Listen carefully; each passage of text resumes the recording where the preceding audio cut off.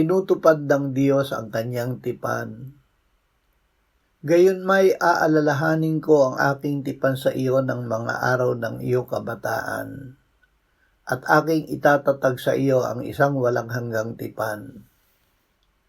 Ako'y gagawa sa kanila ng isang walang hanggang tipan, at hindi ako hihiwalay sa kanila upang gawan sila ng mabuti, at ilalagay ko sa kanilang puso ang pagkatakot sa akin, upang huwag silang humiwalay sa akin.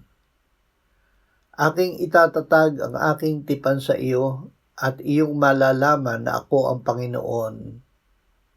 Ito ang tipang aking gagawin sa sambahayan ni Israel pagkatapos ng mga araw na iyon, sabi ng Panginoon.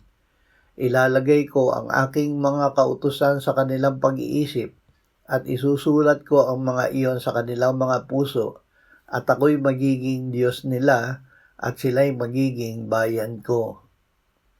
Ama, nagpapakagala kami sa iyo na ikaw ay lagi naming kasama, dahil ito ang ayon sa iyong tipan. Amen.